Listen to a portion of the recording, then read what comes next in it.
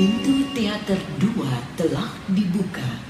Para penonton yang telah memiliki karcis dipersilakan memasuki ruangan teater.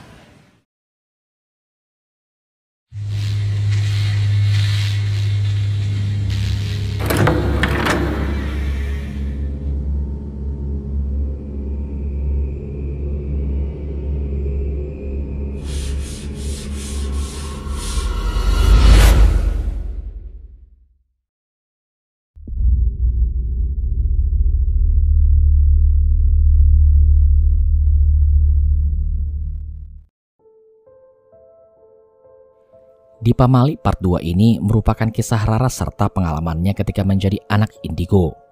Apa sih kendala anak indigo dan apa saja tantangan terberatnya? Cirebon 2015. Beberapa orang menjadikan Rara hanya sebagai jembatan dan keuntungan semata. Saya selalu diminta untuk membantu orang-orang yang terkena gangguan yang bersifat tidak logis. Saya sebut sebagai kesurupan. Semua cerita yang sudah saya kemukakan merupakan kisah kejadian masa lalu yang belum pernah saya rasakan sebelumnya. Dan untuk kali ini, saya akan menceritakan lebih lanjut mengenai pengalaman saya ketika menjadi anak indigo atau anak pilihan. Ra, bagaimana kalau ayah bawa kamu ke rumah nenek? Di sana kamu bisa lebih tenang, jelas Pak Hashim kepada Rara.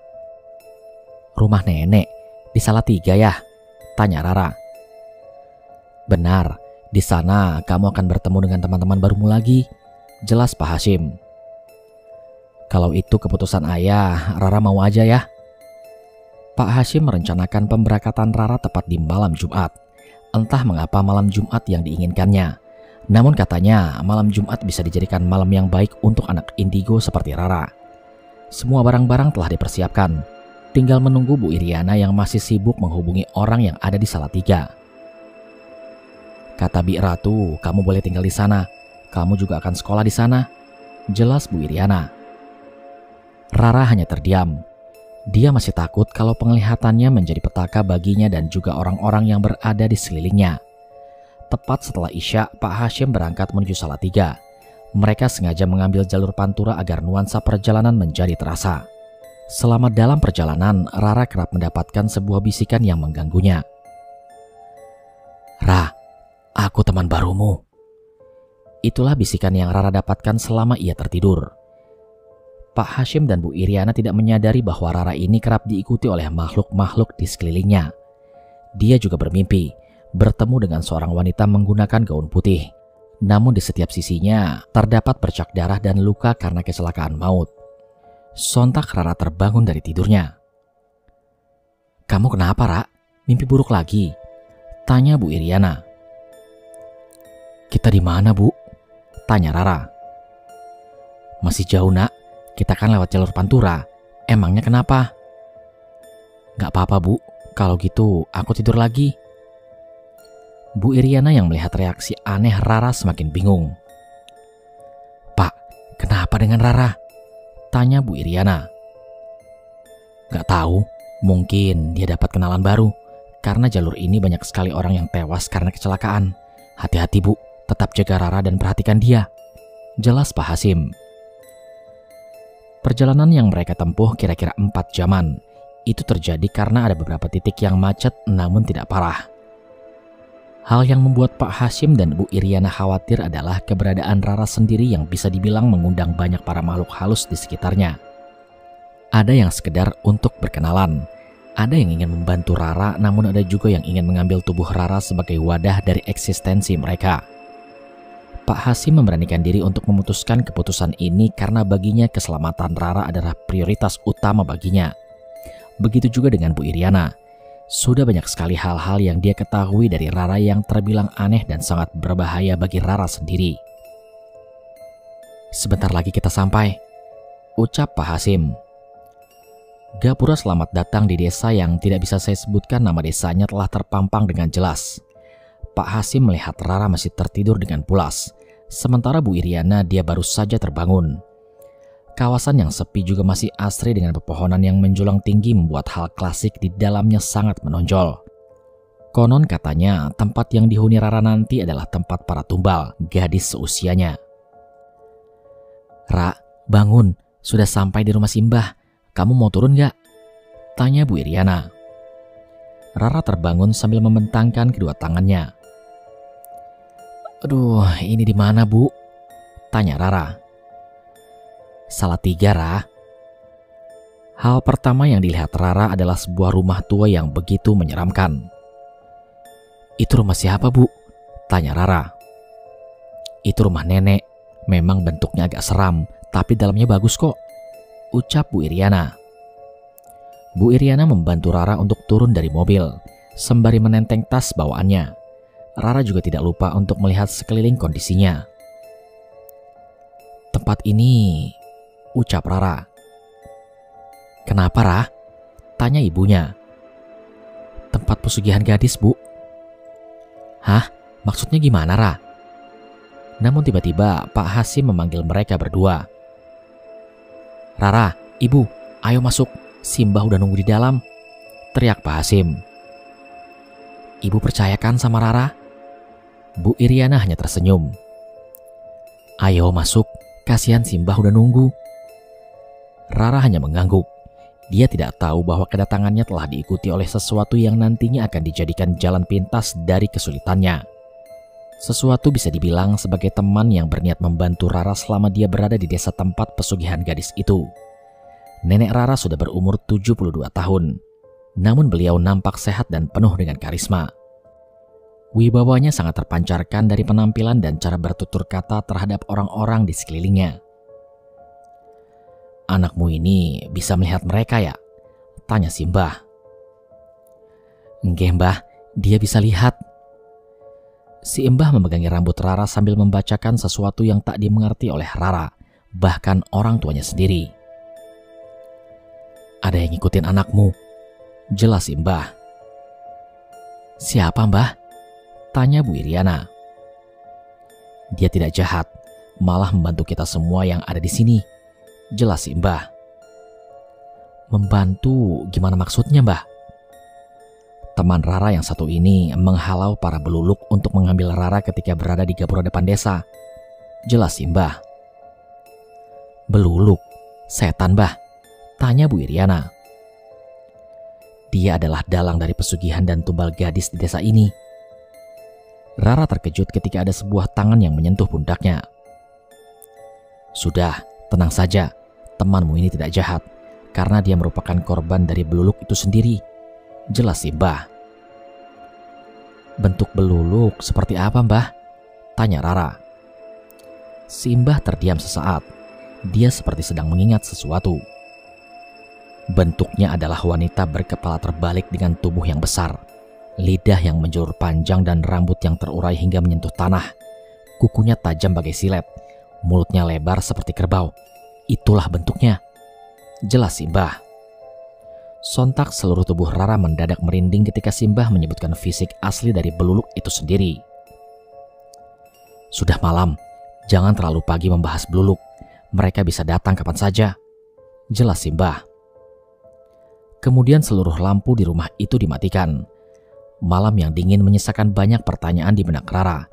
Hanya saja dia belum bisa mengakui tentang keberadaan temannya itu. Rara masih belum bisa menerima siapapun untuk dijadikan teman. Keesokan paginya Simbah telah menyiapkan makanan dibantu dengan ibunya. Ra, ayo makan dulu, jelas Bu Iriana. Rara mau ke kamar mandi dulu, Bu, ucap Rara. Kamar mandi ada di belakang, lurus saja, jelas Simbah. Rara segera menuju ke belakang rumah dengan wajah menahan kebelat kencing.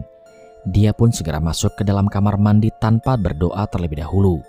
Mungkin dia lupa bahwa di dalam kamar mandi juga terdapat sesuatu yang tidak diketahuinya.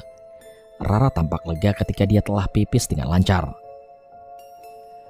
Ra, aku temanmu, jelas sesuatu di belakang Rara. Pundak Rara disentuh lagi. Sentuhan itu sama dengan yang ia rasakan ketika malam hari saat ia sedang bercengkrama dengan keluarga ketika sedang membahas beluluk. Kamu siapa? Tanya Rara. Rara tidak berani melihat wajah sosok itu. Dia tahu ada bercak darah di tubuhnya. Rara masih belum bisa menerima sosok makhluk yang memiliki perangai wajah yang buruk. Aku korban beluluk, jelas sosok itu. Beluluk, tanya Rara. Sosok itu menghilang bersamaan dengan suara Bu Iriana yang menghampirinya ke kamar mandi. Ra, kok lama banget di dalam kamar mandi? Tanya Bu Iriana. Ini Bu, udah kok. Ya udah, ayo cepat makan dulu. Iya Bu. Rasa penasaran Rara menjadikan dirinya harus mengetahui secara detail siapa sosok itu sebenarnya. Jalan satu-satunya adalah dengan menanyakan hal ini kepada neneknya yang lebih tahu akan beluluk itu sendiri. Habis ngapain aja Ra di kamar mandi? Tanya Pak Hasim sambil menyeduhkan teh hangat untuk Rara. Tadi ada sesuatu di sana, Pak. Bu Iriana dan Pak Hasim terkejut mendengar hal itu. Ternyata mata batin Rara masih saja terbuka. Pamaliknya masih berlangsung? Tanya Pak Hasim. Bukannya pas itu udah ketutup, kok masih bisa ngelihat sih, Ra? Tanya Bu Iriana. Gak tahu Bu, aku juga baru tahu ketika pundak ini selalu disentuh oleh sosok itu. Jawab Rara sambil memegangi pundaknya. Pak, ini bahaya nggak? Apalagi Rara mau tinggal di sini? Tanya Bu Iriana. Apa kita batalkan aja? Rara kita ajak balik lagi ke Cirebon? Tanya Pak Hasim. Rara menundukkan kepalanya. Dia tahu pamal itu masih berlangsung kepadanya. Tidak usah ke Cirebon lagi. Beri dia waktu untuk mengadaptasi di sini. Ucap Simbah perlahan menghampiri Rara. Rara sudah besar. Seharusnya dia bisa menyeimbangkan kemampuannya. Namun ini membutuhkan waktu. Jelas Simbah. Bah, beluluk itu suka ngambilin gadis di desa ini. Simbah kemudian memandangi wajah Rara dengan serius.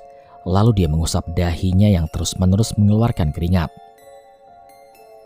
Biasanya beluluk itu memancing wanita itu dengan uang. Karena itu jangan sekali-sekali terperdaya kepada uang. Jelas Simbah. Pak Hasim menyimak penjelasan dari Simbah. Jika beluluk itu memancingnya dengan uang, pasti ada sesuatu yang menjadikannya wadah. Bisa dibilang ada orang suruhan yang melakukan itu. Jelas Pak Hasim. Simbah ikut duduk di sebelah Rara. Ikatan perjanjian dirinya dengan beluluk sangat mengerikan. Jika tidak bisa memberikan apa yang diinginkan, maka dia akan terkena tumbal oleh beluluk itu sendiri. Jelas Simbah kepada semua. Simbah merupakan orang yang sudah lama menempati desa itu.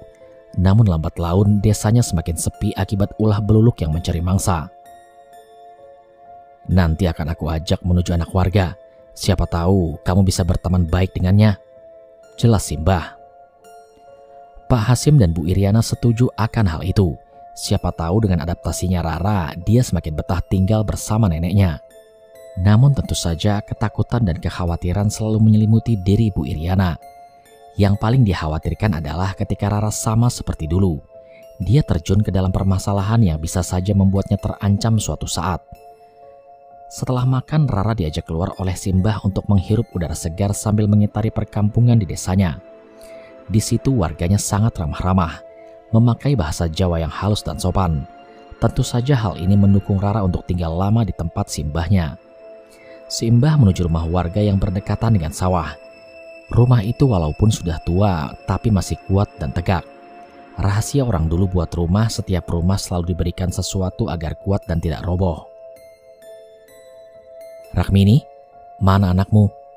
Ucap Simbah. Ada apa Mbah? Siapa itu Mbah? Tanya Bu Rakmini. Ini cucuku, jawab Simbah. Ya Allah, cantiknya Mbah. Jelas Bu Rakmini. Ada yang aneh di sini. Bu Rakmini hanya tinggal bersama anaknya seorang. Hubungan dekat antara Rakmini dan si Mbah sangat erat. Sampai-sampai warga menyebut mereka berdua adalah saudara namun tidak sedarah. Simbah segera memasuki rumah Bu Rakmini dan diikuti oleh Rara yang sedari tadi mematung karena ia merasakan kedekatan satu sosok di dalam rumah itu. Sosok itu seperti menjaga rumah itu dari dalam. Hendak masuk namun bulu kuduk Rara merinding. Jika tidak masuk, dia merasa sangat tidak enakan. Akhirnya mau tidak mau, Rara masuk ke dalam rumah itu dengan perasaan terpaksa. Rara, ini anak Bu Rakmini, namanya Sinta. Dia adalah anak yang penyendiri. Siapa tahu kamu bisa memahami Sinta dengan baik, jelas Simbah. Mbah, Rara boleh tanya nggak? Ucap Rara. Rara pun keluar sebentar sambil menutup matanya dari pandangan Simbah. Rara melihat sesuatu yang pernah diceritakan oleh Simbah. Dia sedang merangkak ke tembok sambil menjulurkan lidahnya dan mengelus-ngelus rambut Sinta dengan erat. Aku nggak mau temenan sama Sinta. Simbah pun terkejut mendengar hal itu. Raut wajahnya berubah kesal dan marah. Simbah tak segan menarik paksa tangan Rara untuk tetap masuk ke dalam rumah Burak Mini lagi. Tidak sopan, tidak ada adabnya kamu. Mbah, ucap Rara sambil mengerang kesakitan. Kedua tangan keriput milik Simbah terasa seperti cengkeraman elang yang memaksa mangsanya untuk mengikuti apa yang ia inginkan. Rara masuk ke dalam rumah itu lagi dengan menutup kedua matanya. Dia tidak mau melihat sosok itu lagi. Kamu lihat apa? Tanya Sinta. Rara agak terkejut ketika suara Sinta benar-benar hadir di telinganya. Seakan-akan dia kira bahwa Sinta tak menyadari apa yang dilihatnya barusan. Simbah dan Burak Mini memperhatikan dua orang gadis sedang membuka percakapan mereka. Kamu bisa lihat? Tanya Rara. Pertanyaan Rara membuat Sinta tertawa keras, seperti orang gila yang bersorak ria ketika mendapati mainan barunya. Saya bisa melihat semua setan yang ada di sini, teriak Sinta. Rara khawatir jika dia semakin terjun ke dalam kehidupan Sinta, dia akan terkena imbasnya. Dia juga tidak mau hal ini menambah buruk bagi dirinya sendiri, sebagaimana yang dikatakan oleh orang tuanya kepada dirinya. Mbah, aku mau pulang ke Cirebon, ucap Rara sambil melangkah mundur ke belakang arah pintu. Simbah mendekati Rara dan menepuk pundak Rara dengan sangat kencang. Kamu sudah lihat bentuk beluluk itu? Tanya Simbah. Rara pun kebingungan. Apa tujuan sebenarnya Simbah membawa dirinya ke tempat Sinta? Dia pikir Simbah akan menjadikan Sinta sebagai teman barunya. Namun nyatanya Simbah hanya menunjukkan bentuk dari beluluk itu sendiri. Itu artinya korban selanjutnya dari pesugihan beluluk adalah Sinta. Beluluk itu telah meracuni pikiran dan tubuh Sinta. Aku sengaja membawamu ke sini supaya kamu bisa menolongnya, jelas Simbah. Rara tidak bisa menolak apa yang diinginkan oleh Simbah kepadanya. Nyalinya seakan menyala kembali ketika Simbah mempercayainya untuk maju ke garda terdepan dan menumpas semua beluluk yang hendak mengambil para gadis di desa tersebut. Rakmini, apakah Sinta sudah membaik? Tanya Simbah. Setiap malam dia selalu berteriak. Kadang dia meronta-ronta kesakitan. Kedua pahanya penuh dengan bekas cakaran, jelas Rakmini. Cucuku bisa mengusir beluluk itu. Jadi selama ini Sinta, dia sedang diincar oleh beluluk itu untuk dijadikan korban pesugihan selanjutnya. Karena itu aku membawanya ke sini untuk membantu mengeluarkan anakmu dari cengkeraman beluluk itu. Rara belum yakin akan dirinya sendiri. Dia masih belum tahu apa yang akan diperbuat semasa dia ingin membantu Sinta dari cengkeraman beluluk itu. Entah apa yang akan dihadapinya. Namun dia harus siap ketika nyawanya adalah taruhan utamanya. Malam nanti kami akan kembali dan melepaskan beluluk itu dari Sinta, jelas Simbah. Burak Mini hanya terdiam mematung sambil memahami perkataan itu. Dia terkejut ketika mendapati beluluk itu sedang mengincar anaknya. Simbah pun mengajak Rara untuk kembali pulang ke rumahnya. Di sepanjang perjalanan Simbah hanya terdiam. Dia tidak mengucapkan sedikit kata pun kepada Rara terkait beluluk ataupun Sinta itu sendiri. Sesampainya di rumah, Bu Iriana dan Pak Hashim sudah berada di depan pintu rumah. Mereka berdua seperti hendak menyambut kedatangan Rara. Gimana teman barunya, Nak? Enak? Tanya Pak Hashim. Rara menggeleng-gelengkan kepalanya sambil menatap Simbah. Ada apa, Mbah? Tanya Bu Iriana. Tidak ada apa-apa. Kebetulan kita mampir ke rumah warga, jelas Simbah. Maksudnya teman Rara? Tanya Bu Iriana. Simbah hanya mengangguk. Dia pun langsung menuju kamar untuk beristirahat. Pak Hashim dan Bu Iriana tampak curiga dengan tingkah Rara dan Simbah. Seperti ada sesuatu yang disembunyikan dari keduanya itu. Malam harinya Rara tidak bisa tidur karena masih terbayang-bayang akan sosok Bluluk yang baru saja dia lihat. Kenapa Bluluk itu berada di sisi Sinta ya? Apa karena Sinta merupakan target selanjutnya? Tanya Rara sambil menatap langit-langit kamarnya. Pikirannya tak mampu menalari sesuatu hal yang di luar batas kemampuannya tersebut. "Jangan kamu bantu dia," ucap seseorang yang suaranya ia kenal. Suara itu mirip seperti sosok wanita yang didapatinya ketika berada di dalam kamar mandi. "Siapa itu?"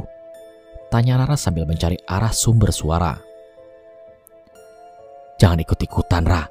Bluluk itu ingin membunuh gadis yang bernama Sinta," ucap sosok itu yang belum menampakkan dirinya. "Tapi kamu siapa?" tanya Rara. Rara segera keluar dari kamarnya dan mencari sosok itu. Dia menyalakan seluruh lampu untuk mencari sosok itu. Sekelebat bayangan putih melewati jendela. Tubuh Rara bergetar dengan hebat. "Kamu siapa?" Rara menuju pintu depan. Dia berusaha meyakinkan dirinya untuk mengetahui siapa sosok itu sebenarnya. "Jangan kamu buka pintunya," ucap Simbah dari belakang Rara. "Kenapa, Mbah?" Simbah langsung menghalangi Rara untuk membuka pintu itu. "Jangan keluar rumah." Rara hanya terdiam sambil menatap tajam wajah Simbah yang agak kesal dengan tingkah si Rara. "Dia adalah korban Bluluk. Jangan dengarkan perkataannya," ucap Simbah. "Tapi dia bilang..." "Dia bilang apa saja?" tanya Simbah. "Dia bilang kalau Sinta adalah korban selanjutnya." Simbah terkejut mendengar hal itu. Dia kemudian membuka gorden jendela rumahnya. "Lihatlah, sosok itu terus berdiri di depan rumah menunggumu di sana," ucap Simbah. Rara ikut memandangi sosok itu dari dalam rumahnya. Dan ketika dilihat, sosok itu melambai-lambaikan tangannya ke arah Rara. Kedua kakinya penuh darah. Wajahnya pucat pasi dan banyak sekali goretan luka seperti korban kecelakaan. "Kamu harus menjaga jarak dengannya. Jangan sampai kamu terus-menerus diikuti olehnya," jelas Simbah. "Iya, Mbah." "Kamu tahu anaknya Bu Rakmini itu? Dia adalah korban kita selanjutnya. Bluluk itu sudah kutempelkan di sana. Jika sudah berhasil, kita akan kaya raya," ucap Pak Sumardi yang merupakan pendatang baru di desa tersebut. Pak Sumardi bersama istrinya tengah memelihara Bluluk untuk alat mempercepat dirinya agar menjadi orang kaya raya. "Kapan kita akan memulai ritual itu?" tanya Bu Ina. "Besok malam kita akan memulainya.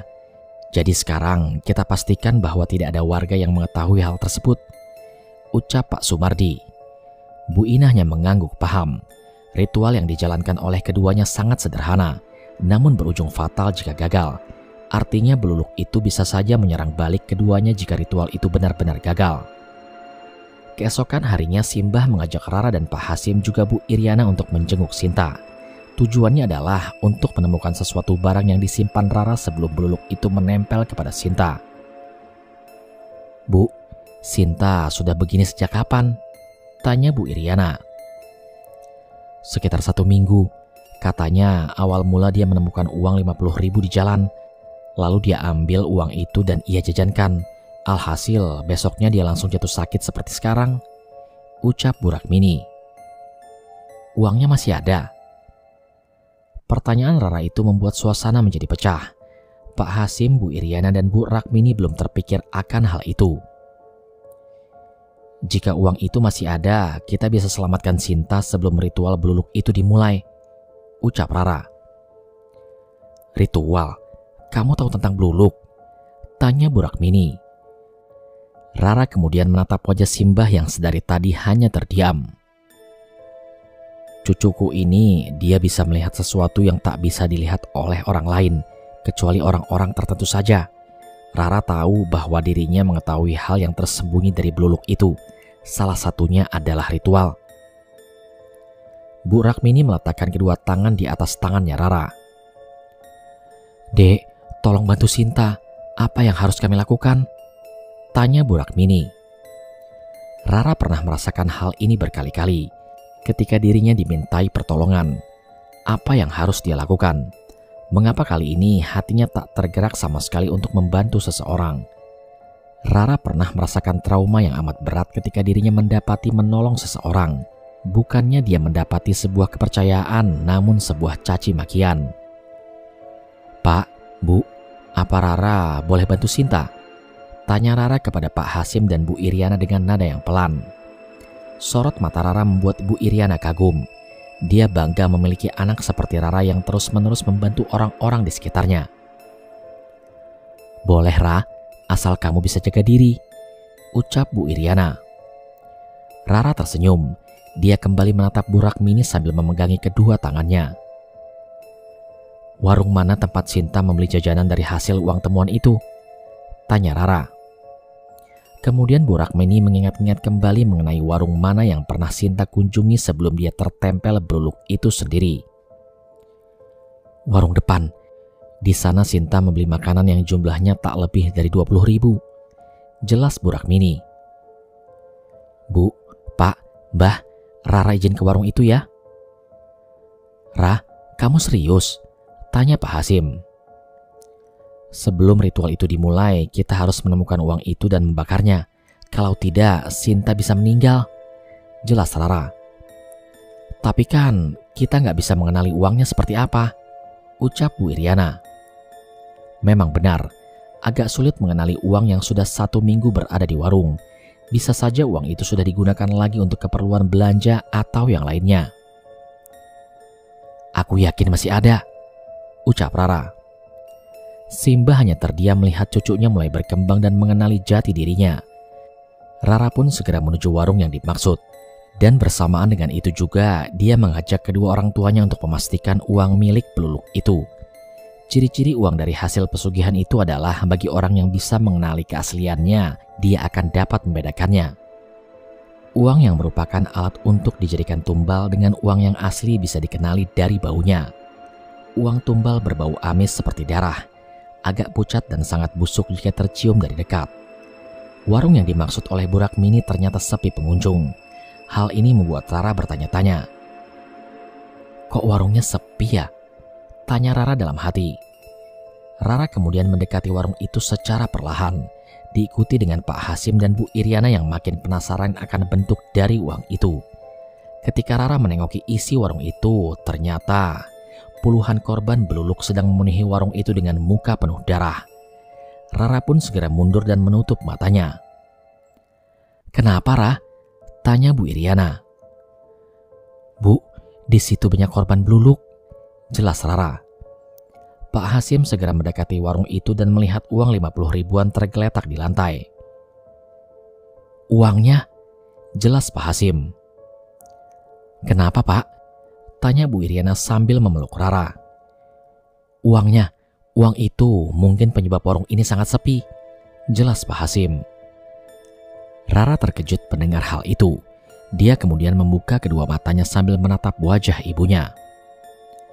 "Bu, ayo selamatkan Sinta." Pak Hasim segera memasuki warung itu. Namun baru saja dia melangkahkan kaki di pintu, seorang nenek tua menghampirinya. "Dek, tolong buang uang itu jauh-jauh. Uang itu telah membuat tulah bagi kami," ucap nenek itu. "Nek, kenapa dengan uang ini?" tanya Pak Hasim.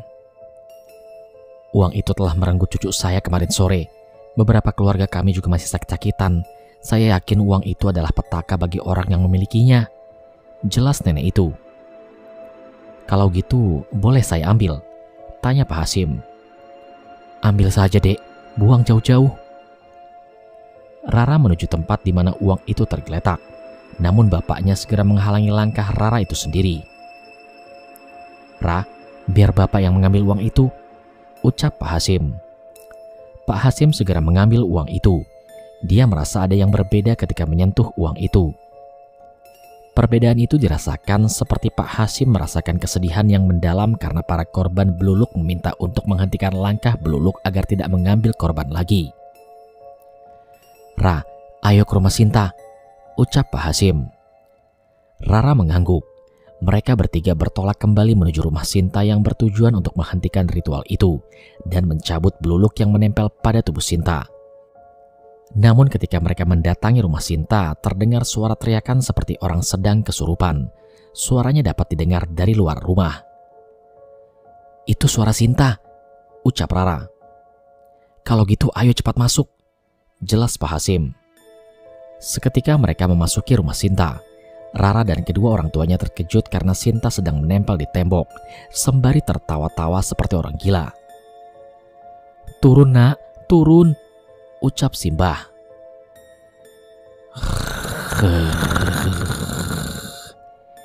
Ucap Sinta sambil mengarahkan telunjuknya kepada Simbah. Rara mendekati Simbah sembari menyerahkan uang itu. "Ini uangnya," jelas Rara. Simbah kemudian mengambil uang itu. Dia memperlihatkan bentuk uang itu kepada Sinta yang sedang kerasukan. Teriak Sinta seperti orang yang sedang marah. "Ini uangmu kan?" senyum Simbah. Sinta kemudian segera turun dan menuju Simbah. "Jangan biarkan Sinta mengambil uang itu. Tahan dia," teriak Simbah. Pak Hasim, Bu Rakmini, dan Bu Iriana segera menahan tubuh Sinta. Konon tenaga Sinta kala itu setara dengan tenaga orang dewasa yang sangat kuat sekali. Sampai-sampai ketiganya merasa kewalahan dan hampir terpental karena tubuh Sinta yang terus memberontak. "Ra, bakar uang ini, cepat," ucap Simbah. Rara jelas bingung. Kali ini dia harus menentukan pilihannya. Apakah dia akan membantu Sinta atau mengikuti perintah wanita bergaun putih? Rara menengok ke kiri kanan seluruh ruangan rumah Bu Rakmini yang kini sudah terisi penuh oleh para korban beluluk. Mereka mengucapkan sesuatu sambil tersenyum dan tertawa-tawa. "Uangnya, beluluk marah. Uangnya kembalikan, beluluk marah." Rara menutup kedua telinganya sambil menangis. "Ra, kamu punya kemampuan yang tak dimiliki oleh orang lain. Soal orang lain berbalas budi kepadamu, itu bukan tugasmu. Tugasmu hanya berbuat baik saja. Hilangkan rasa pamrihmu ketika membantu orang lain. Paham?" ucap Simbah pada Rara. Hati Rara kembali tegar. Dia sadar bahwa menolong orang lain yang terjebak dalam dunia seperti ini bukanlah hal yang mudah. Rara segera mengambil uang itu dan berlari menuju dapur. Dia akan membakar uang itu tepat di atas kompor. Setelah sampai di dapur, Rara segera meletakkan uang itu di atas kompor. Ketika dia ingin menyalakan kompor itu, wanita bergaun putih yang ditemukannya di kamar mandi tersebut menghalangi Rara. "Jangan." "Tidak, lepaskan." "Jangan dibakar." "Tidak, lepaskan." Rara terus melawan cengkeraman kuat yang menahan tangannya untuk menyalakan kompor itu. "Lepaskan!" teriak sosok itu dengan wajah penuh amarah dan kesal.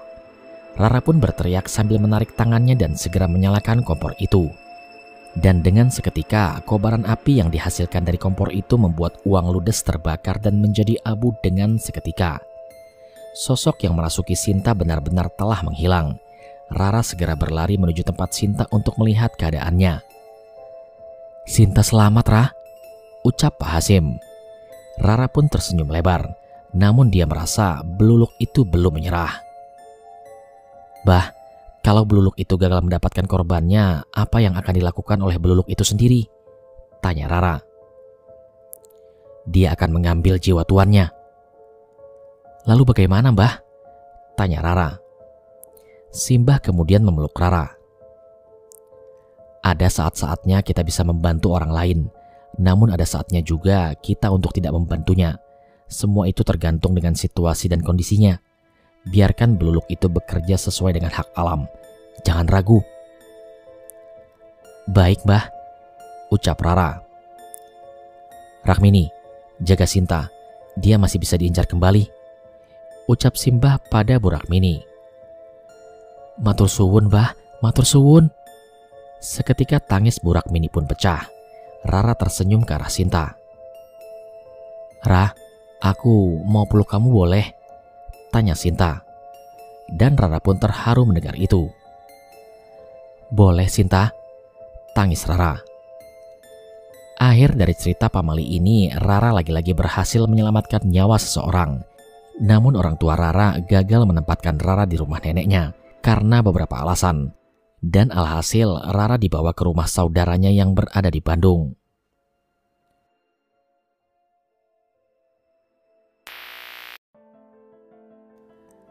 Sekian cerita pada kesempatan kali ini. Mohon diambil pelajaran dari kisah di atas. Ambil yang positifnya dan buang yang buruknya. Jika kita memiliki sesuatu yang sekiranya bisa bermanfaat untuk orang lain, maka lakukanlah. Karena sebaik-baiknya manusia adalah manusia yang bermanfaat bagi orang banyak. Terima kasih saya ucapkan kepada teman-teman yang sudah setia menyimak cerita di channel Mereka Ada. Jangan lupa support channel Mereka Ada dengan cara menekan tombol subscribe dan menyalakan lonceng notifikasinya, supaya saya makin semangat membacakan kisah horor untuk teman-teman semua. Sampai di sini dulu perjumpaan kita kali ini. Sampai bertemu pada episode selanjutnya. Saya Aldi pamit undur diri dari hadapan kalian. Wassalamualaikum warahmatullahi wabarakatuh.